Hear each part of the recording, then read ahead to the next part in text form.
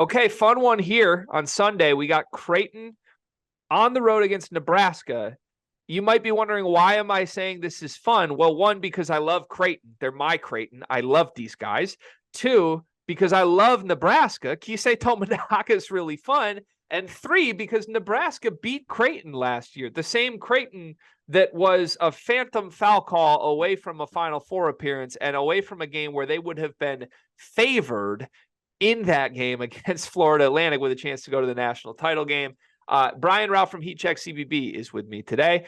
Brian, what do we make of Nebraska? I want to start with them, not Creighton, in this game, because right now, Nebraska is sort of just skating through this season undefeated. They're all the way up to 46th on KenPom at the time of recording. They haven't had a close game. They also haven't played anybody great. But do you actually believe that Nebraska is a team worth taking seriously? Yes, I think they can be. And this is the game that tells us. I think it's safe to say Nebraska has taken steps forward, because you mentioned that they've kind of cruised through the 7-0 start and haven't really been tested. And they haven't. They have played poor teams and they have handled their business. But when was really the last time we could talk about Nebraska as a team that handled their business against lesser teams? Right? Typically, they've been a lesser team because they haven't handled their business against lesser teams. So I can say both of these things, and I think both of these things can be true, where we acknowledge that they are a much improved team who has, I think, established a floor for itself. I also don't know where or how high the ceiling is from that floor. And this game, even if they were to lose, I think this game is going to tell us a lot, because Creighton is one of the best teams in the country. Lost to Colorado State, aside Colorado State's also pretty freaking good. This game will tell us how they match up against a team that has the expectations that Creighton does. I want to start with my classic numbers when we do one of these previews. In the Fred Hoiberg era, I want to go year by year, and I want to give you some dates, okay? In 2020, in his first year, remember the date January 7th. That was in 2020. Into 2021, you got to go all the way to March 1st. Into 2022, you're looking at February 9th. Into 2023, this is actually an improvement, December 4th. That's the date during the first 4 years of the Fred Hoiberg era that Nebraska won their 7th game of the season. I mean, we're all the way into February and March a couple of those years. They're 7-0 on Sunday, November 26th this year. It's already been done.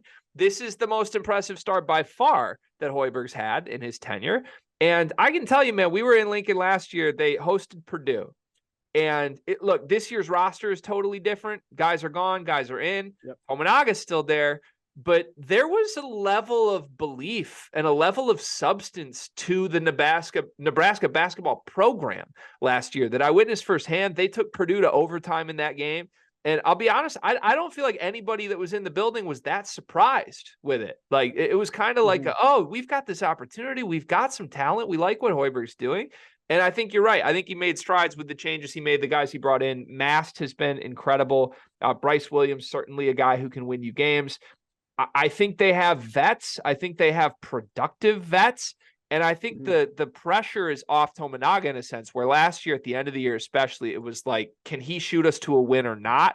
Now this year, they've got guys who can win games without Tominaga going crazy, and it's a blessing if he does go crazy.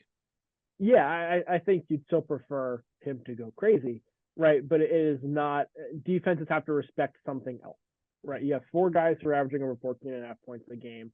Like, that balance matters. And that level of balance, too, matters. It's not like you got 4 guys who are averaging 9 points a game and can do it in certain situations, right? Like, 14.5 points a game. That's a lot of teams' leading scorers, right? And you got 4 guys who are that.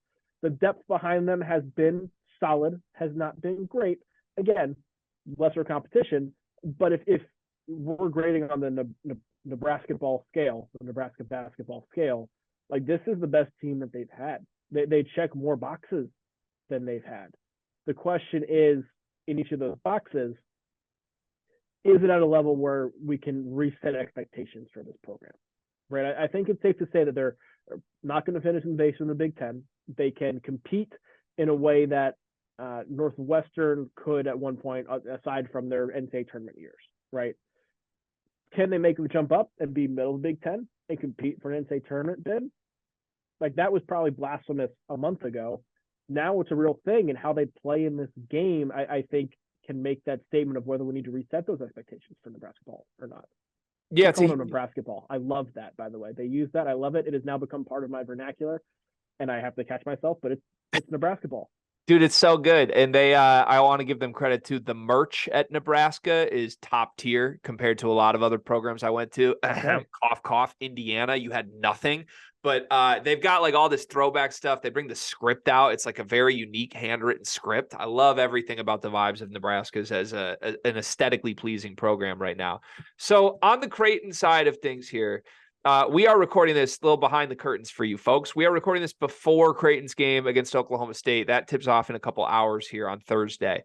And we don't need to touch too much because obviously the result of that game is going to swing how Creighton's feeling entering this game. But from what we know at the time we're recording, we've seen Creighton against two high caliber opponents. We've seen them beat Iowa at home in a game that was not a blowout, but it was a comfortable victory. And then we've seen them get ran off the floor on a neutral site to a Colorado State team that looks really awesome right now. Like, that loss is not as bad of a loss as we thought, except stylistically it was.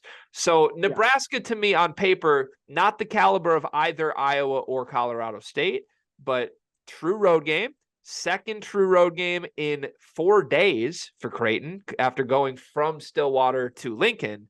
I don't even think you can call this a trappy spot, but what version of Creighton do you expect to show up for this game? I expect a good version of Creighton. You're always going to get a motivated group in a rivalry game like this, right?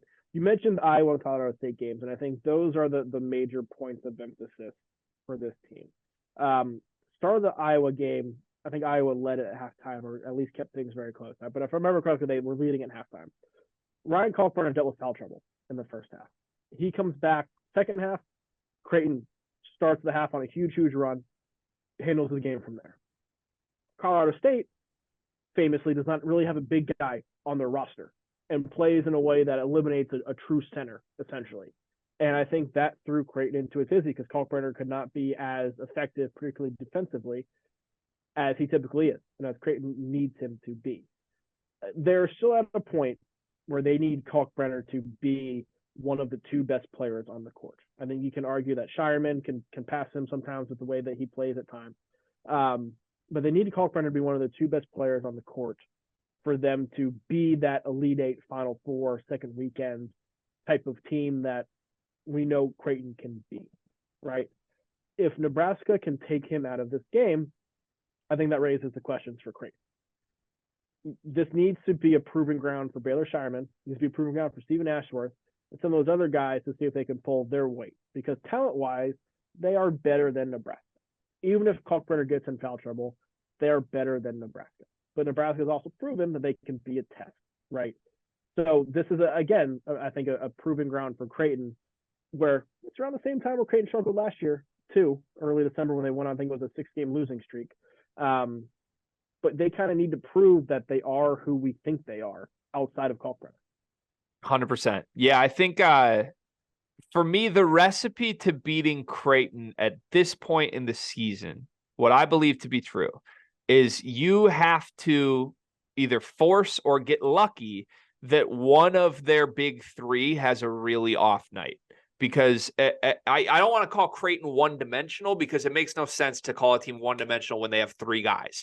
But I think outside of those three guys, they're not getting a lot right now. And maybe that changes with Ashworth later in the season. But certainly the firepower of Alexander, of Shireman, of Kalk is good enough to go beat any team in the country if all three of them are on their A game. Against Colorado State, Alexander couldn't get a thing going. He goes 1 for 16. The game's over. Yeah. Against Iowa, all three of those guys were pretty good, which I think allowed them to overcome. It was a tie game at half, but you're right. Iowa had a lead early in that game. And ultimately, like, Alexander got going. Shireman was hitting shots, and Kalk finished with 13 points. Pretty productive night. Like, they have to limit one of those guys, and I don't necessarily know what Nebraska will do so. I will throw this out there. Like I said, when we watched them last year, Hoiberg threw the most creative plan at Zach Edey that I saw any team throw at him last year. Like he was automatically sending doubles from the strangest spots on the floor immediately upon the catch every single time. And it didn't even seem like there was rhyme or reason to, is it coming from the baseline? Is it coming from up top? And maybe that's my basketball IQ mind not being smart enough to realize what it was. But I think like it'll be interesting for me to see what Fred tries to do to scheme this team, because I think he is capable of taking somebody away. I just don't know if that somebody's going to be Calc, if it's going to be Alexander, or who it's going to be. Yeah, I would expect Kalkbrenner to be the main point of emphasis to try and take him away because of what he means and has meant to Creighton really over the last year and a half, 2 years, right? I don't think we'll see the Zach Edey game plan, because part of why that worked so well is because he hadn't done it before. But it would not surprise me if it was something similar. And so Kalkbrenner's got to be ready, because Creighton has the shooters to make you pay for doubling anybody, right? But particularly you pass it to Kalkbrenner, kick it back out, like they have the shooters to make Nebraska pay. Part of the reason they were so successful was the intensity they brought in that Purdue game. Like they knew, and you could tell they knew that they were going up against the National Player of the Year, and they were going to do whatever they could to make sure it worked. They're going to have to bring the same kind of thing, even though Kalkbrenner is not Zach Edey, he can have the same kind of impact for Creighton if you're not careful. Yeah, 100%. Will be fascinating. Final quick rapid fire question. You talked about how Creighton just has the better talent. I agree with you. I'm curious if it's closer than people think. Like, let's just say your schoolyard pick'em guys to play on your team from this game. Are the first 3 all from Creighton? And at what point do Nebraska names start popping up in there? Nebraska names start popping up around 4. Okay. Because Shireman, Alexander, Kalkbrenner are the top 3 pretty easily. And I think you could take Ashworth at 4 and not even really bat an eye, right? But the question then becomes, after that, how many Nebraska guys are you taking before a Creighton guy comes back in? Yeah. Yeah, I think like Mast, Williams, Tominaga would all be 4 for me if we're doing that with Creighton right now, at least in the state that Ashworth is currently in. But it's interesting because I think there's an argument like what's the difference between a Shireman and a Tominaga? Similar archetype, right? Like Shireman's doing it for a better team, but it's one of those things. Like I don't know that the gap is necessarily what we think it might be with some of these guys. It may not be. I would argue in that case that Shireman is doing so while bigger, and while I think adds more dynamic offensive play from all 3 levels. I think it's that Tamanka can have the same impact at his peak, right? But I also don't think he can hit Shireman's overall peak. Yeah. But yeah, it's a top-heavy Creighton team versus I think Nebraska team that's going to rely on a quality 5, 6, 7 guys. Like kind of spread the ball a little bit more. That'll be an interesting thing to see.